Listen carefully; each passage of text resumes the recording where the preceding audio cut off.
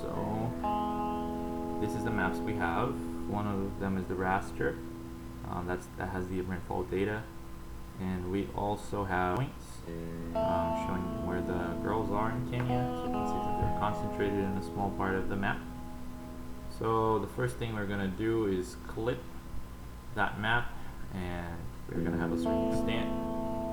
First we save, we specify what the output file is, and I'm going to put that as just the date and then cut.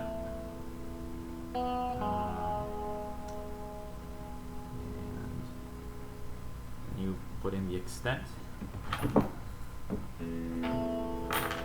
I did that. That's a little bit more than what spans the area, just to put a little bit extra, so just to make sure that everything's going to run smoothly. And it's going to load for a while. So yeah, one of the things just we want to make sure is that it captures everything, but we want an area small enough that it's so that it's good for our processing time, so it can save us time and everything else. So then you see that it's just a small part. I did the process twice, so I need to remove one of the layers. Okay. Alright. So now that we have our cut layer, we can remove the original raster with the rainfall information and just use the information from the information that we actually need for rainfall. So that's what we have, a much smaller area.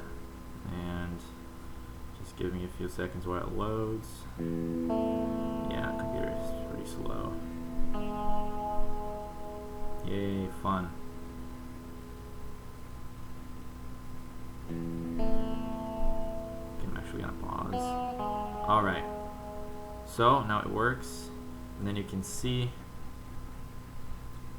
if we zoom to the layer, the specific area with the rainfall that we are interested in, and those are the households. You can see some variation in rainfall, not a lot of it. It might change according to different months.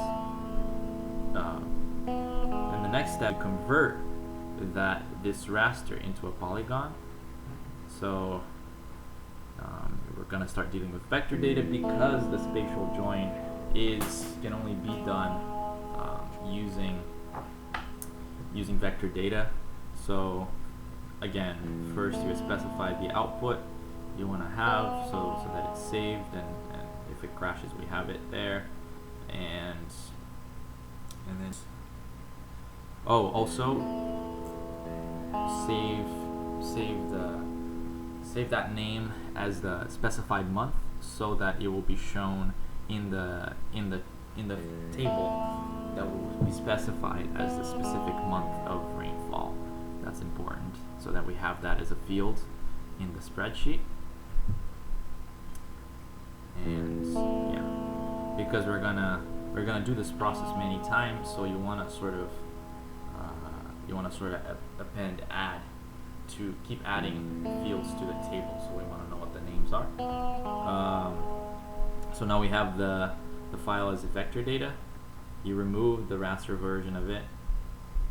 So you have all these polygons there, and with that specific type of data, we can do the join attributes by location.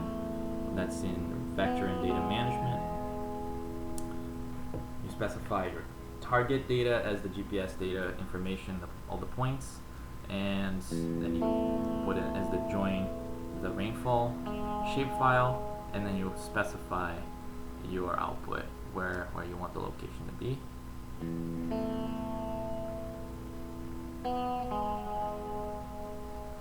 I'm gonna have a hiccup with that a little bit. Just ignore it. I was gonna try to save it, overwrite on the same file, so we just keep appending and on the same file, but it didn't let me do that. So I'm just gonna specify a new output, just a name from the old file.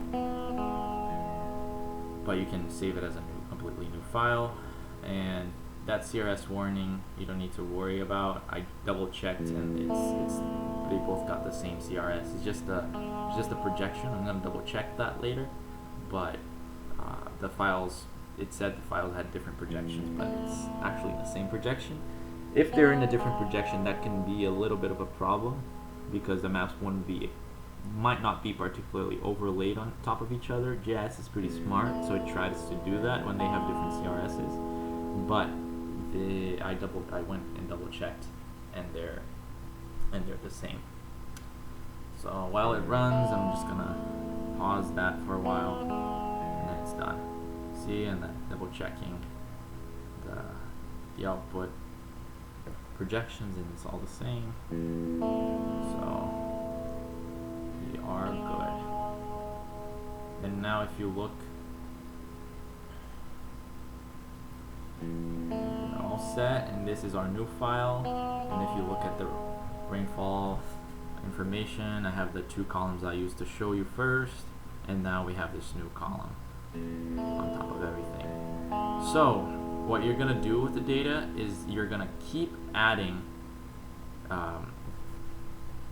doing the join attributes by location, and you will keep using the target as the target data set that holds the most recent addition you made. So then you're gonna keep adding new columns to your table.